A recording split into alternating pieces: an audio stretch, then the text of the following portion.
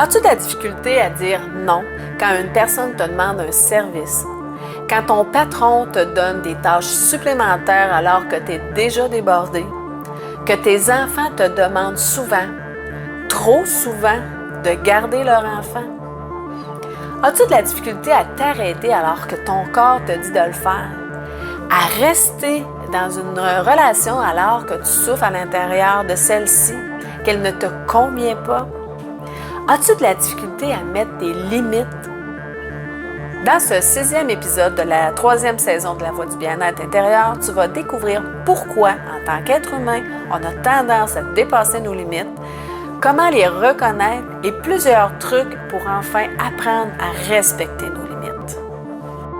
C'est quoi la Voix du bien-être intérieur? La Voix du bien-être intérieur, c'est une émission dans laquelle je vais te parler de développement personnel.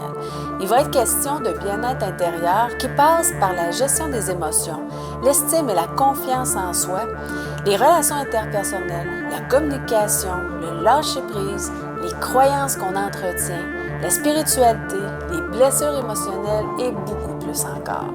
Je me présente, Marie-Christine Savard, coach de vie, éducatrice spécialisée, conférencière, auteure et créatrice du programme SEMI.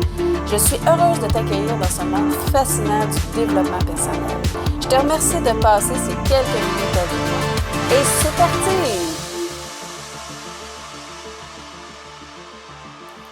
Allô, allô, j'espère que tu vas bien. Ça t'arrive-tu d'avoir de la difficulté à dire non? Parfois, on peut y arriver facilement avec certaines personnes ou dans certaines circonstances et avec d'autres personnes, on s'en sent incapable. Pourquoi on dépasse nos limites? Malheureusement, il y a beaucoup de trop de personnes, incluant moi, qui se rendent jusqu'à la maladie, aux crises de colère, jusqu'à se détruire intérieurement avant de comprendre qu'elles ont des limites physiques et émotionnelles, des limites qu'elles ont dépassées depuis trop longtemps, mais surtout qu'elles ont le droit de respecter et de faire respecter ces limites-là, tant et aussi longtemps que ça ne brime pas, évidemment, les droits et les limites des autres. Avant tout, il est primordial d'avoir le courage de le faire, que ce soit dans son couple, dans les relations d'amitié, avec les membres de sa famille, au travail, etc. Dans une société de performance comme la nôtre, il est très mal vu d'admettre qu'on a des limites. Il est plus trop rare d'être entouré de gens qui nous félicitent de dire non, surtout si on essuie du revers une de leurs demandes. C'est jamais agréable, c'est jamais plaisant de se faire dire non. Et il est plutôt rare que dire non, particulièrement à un patron ou certains membres de notre famille aussi, que ça provoque aucune réaction, que ça n'ait aucune répercussion, aucune conséquence. T'as-tu déjà refusé de rester plus tard au travail ou de refuser des tâches supplémentaires quand ton patron te le demande? T'as-tu déjà refusé d'aller à une réunion familiale, surtout si c'est une fête importante comme Noël, Jour de l'An, Pâques, etc.? Les réactions, ça se résume le plus souvent par du mécontentement, du jugement, de la critique, des reproches, qui peuvent même aller jusqu'à la colère et la violence, là. Non seulement le respect de ses limites n'est pas bien vu, mais en plus, on est le plus souvent valorisé quand on accepte tout sans rechigner, sans rien dire. C'est à ce moment-là, le plus souvent, qu'on reçoit des félicitations, qu'on nous dit qu'on est apprécié, qu'on est une bonne personne, etc. Une personne sur qui on peut compter, Pour une personne qui croit qu'elle doit être aimée et reconnue de tous, il est difficile d'assumer les conséquences de ces refus-là, de ne pas tomber dans la dévalorisation. Selon Diane Gagnon, qui est coach, conférencière et auteure, notre capacité à mettre nos limites est directement proportionnelle à notre estime de nous-mêmes. Plus nous nous respectons, plus nous aurons de la facilité à mettre nos limites. La peur de ne pas être aimé, la peur d'être rejeté, abandonné, sont pas mal les principales causes de cette difficulté-là à se respecter, là, parce qu'on considère que l'amour de l'autre est plus important que l'amour qu'on se porte à soi-même. Aussi, là, on a souvent été éduqués à être gentil, respectueux, aimable, c'est-à-dire plutôt être dans le paraître, hein, et non juste dans le être soi-même. Pire, il arrive qu'on nous fasse ressentir, consciemment ou inconsciemment, volontairement ou involontairement, qu'on ne mérite pas d'être aimé si on reste soi-même, si on est soi-même. Oser dire non, respecter ses limites, ça fait peur. Oui, parce qu'il va toujours avoir des conséquences, le plus souvent désagréables. Oui, parce qu'on a tendance à penser qu'on a quelque chose à perdre, que ce soit un travail, de l'argent, une relation, etc. Alors que c'est tout le contraire. En osant établir nos limites, on a tout à gagner. Une meilleure santé, un plus grand sentiment de bien-être intérieur, des relations plus vraies, plus saines, plus épanouissantes, mais surtout l'amour de soi. Mais encore faut-il connaître ses limites, parce que plusieurs personnes ne les reconnaissent pas, ces limites-là. Ne se connaissent pas assez pour pouvoir les identifier, les observer, les identifier et les respecter. Mais c'est quoi une limite? Avant tout, là, c'est important de savoir c'est quoi une limite. Bien, selon Larousse, c'est la ligne qui circonscrit un espace. Bon, ça ne dit pas grand-chose, mais pour Marie Portelance, qui est thérapeute en relation d'aide, une limite, pour un être humain, en résumé, on peut parler de son espace vital, la bulle autour de son corps dont il a minimalement besoin pour bien fonctionner, de son espace corporel, son corps, sa santé, psychologique, sa dignité, ses émotions, sa sensibilité, ses forces, ses zones de vulnérabilité, ses besoins affectifs, ses goûts, matériel, ses lieux de vie, ses biens, le temps, ses horaires, intellectuel, créatif, spirituel, c'est-à-dire ses opinions, ses croyances, ses apprentissages, ses expériences, ses créations, ses projets. Devient donc primordial d'apprendre à observer, détecter, prendre conscience, sentir, reconnaître ses limites pour être en mesure de les respecter, d'être alerte, conscient à ce qu'on s'inflige à soi-même, ce qu'on accepte et ce qu'on permet aux autres de faire ou de dire à notre égard. Respecter ses limites est une démonstration de l'amour de soi, de l'amour qu'on porte à soi-même. D'où l'importance d'agir avec bienveillance, indulgence et respect envers soi-même. Évidemment, il est pratiquement impossible de toujours respecter ses limites, de les respecter à 100%. Toutefois, plus on apprend à se connaître, plus on est en mesure d'observer et d'être conscient de ce qui se passe à l'intérieur de nous, plus on va avoir confiance en ses capacités, ses ressources intérieures, plus il va être facile de le faire rapidement pour éviter les débordements, que ce soit un débordement de colère, mais aussi de développer une maladie, d'être trop fatigué, qui peut aller justement jusqu'à l'épuisement, etc. Sentir nos limites et les faire respecter, c'est protéger nos différents espaces personnels de l'envahissement généré par nous-mêmes, par autrui ou par des circonstances. C'est une citation de Marie Portelance.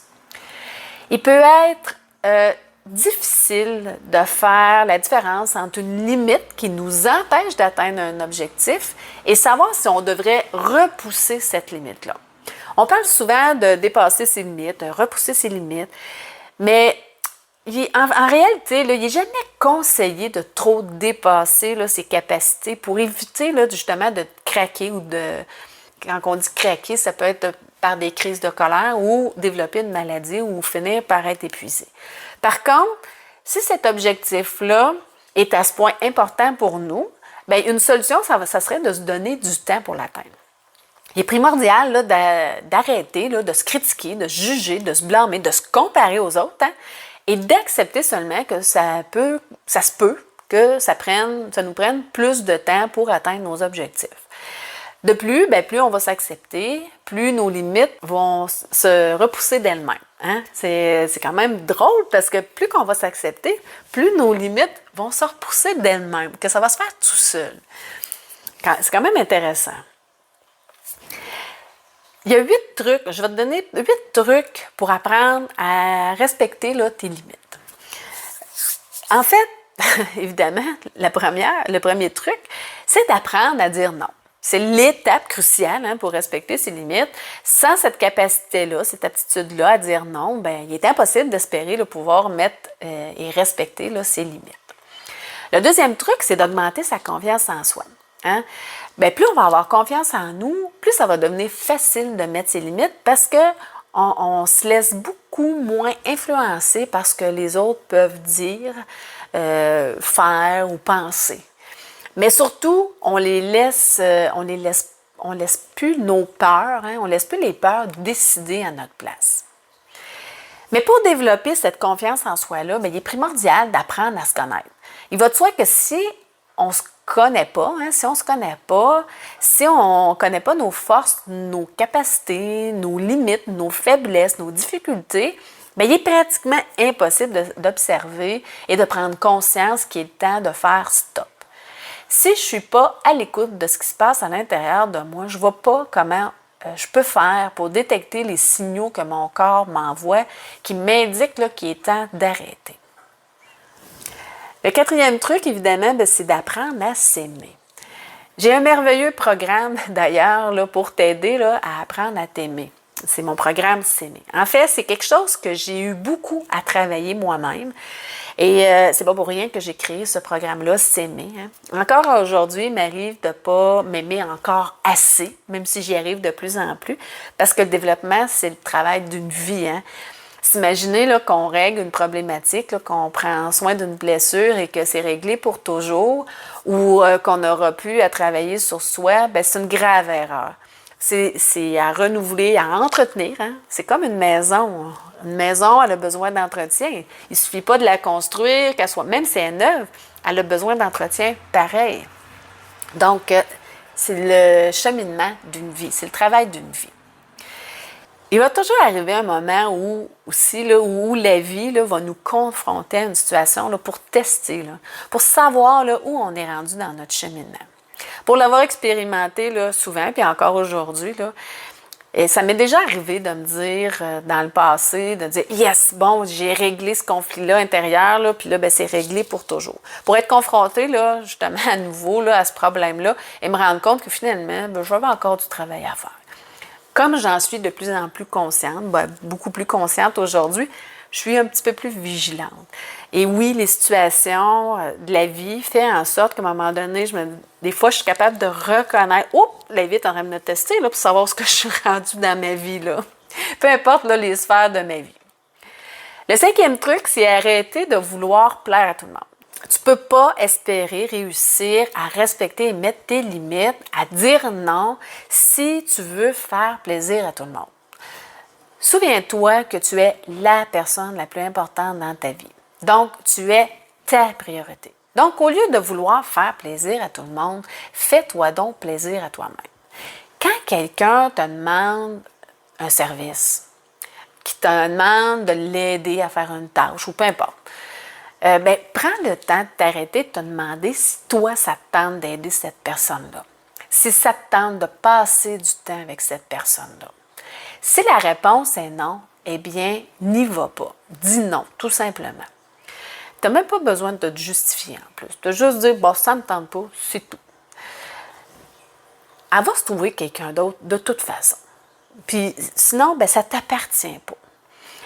Tu fais ce dont tu as envie. Bon, il arrive qu'il y a des tâches à faire qui sont quand même importantes à faire, mais c'est quand même hyper important de faire attention, de prioriser tes besoins, de te prioriser plutôt que des fois, on a tendance à prioriser des tâches qui ne sont pas si importantes que ça.